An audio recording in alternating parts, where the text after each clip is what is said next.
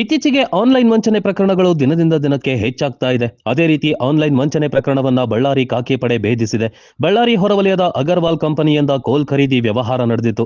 ಈ ವ್ಯವಹಾರ ತಿಳಿದ ಸೈಬರ್ ವಂಚಕ ಅಗರ್ವಾಲ್ ಕಂಪನಿ ಬ್ಯಾಂಕ್ ಹೆಸರಲ್ಲಿ ದೋಖಾ ಮಾಡಿದ್ದಾನೆ. ಕಂಪನಿ ಬ್ಯಾಂಕ್ ಖಾತೆ ಬದಲಾಗಿದೆ ಎಂದು ನಕಲಿ ಇಮೇಲ್ ಮೂಲಕ ಮಾಹಿತಿ ನೀಡಿ ಇಮೇಲ್ ಕಳಿಸಿದ ಖಾತೆಗೆ 2 ಕೋಟಿ ರೂಪಾಯಿ ಜಮಾ ಮಾಡುವಂತೆ ಹಿಂದೂಸ್ತಾನ್ ಕಂಪನಿಗೆ ಸೂಚಿಸಿದ್ದಾನೆ. ಹಣ ಜಮಾವಣೆ ಮಾಡಿದ ನಂತರ ಖಾತೆ ನಕಲಿ ಎನ್ನುವುದು ಬೆಳಕಿಗೆ ಬಂದಿದೆ.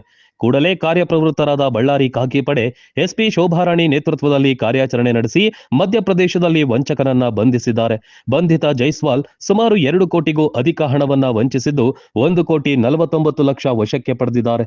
ಬಳ್ಳಾರಿ ಪೊಲೀಸರ ಈ ಕಾರ್ಯಕ್ಕೆ ಎಲ್ಲರಿಂದಲೂ ಮೆಚ್ಚುಗೆ ವ್ಯಕ್ತವಾಗಿದೆ.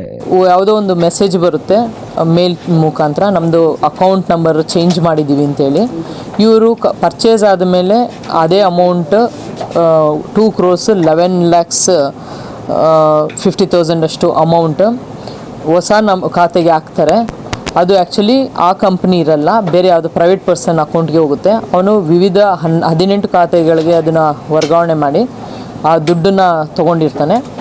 ಇದರಲ್ಲಿ 1,27,00,000 ಅಷ್ಟು ಕ್ಯಾಶ್ 1,21,00,000 ಅಷ್ಟು ಕ್ಯಾಶ್ ರಿಕವರಿ ಆಗಿದೆ. 27,97,000 ಅಕೌಂಟ್ ಫ್ರೀಸ್ ಮಾಡಿಸಿರ್ತಾರೆ. ಓವರ್ ಆಲ್ 1.5 ಕೋಟಿಯಷ್ಟು ರಿಕವರಿ ಆಗಿದೆ ಪ್ರಾಪರ್ಟಿ.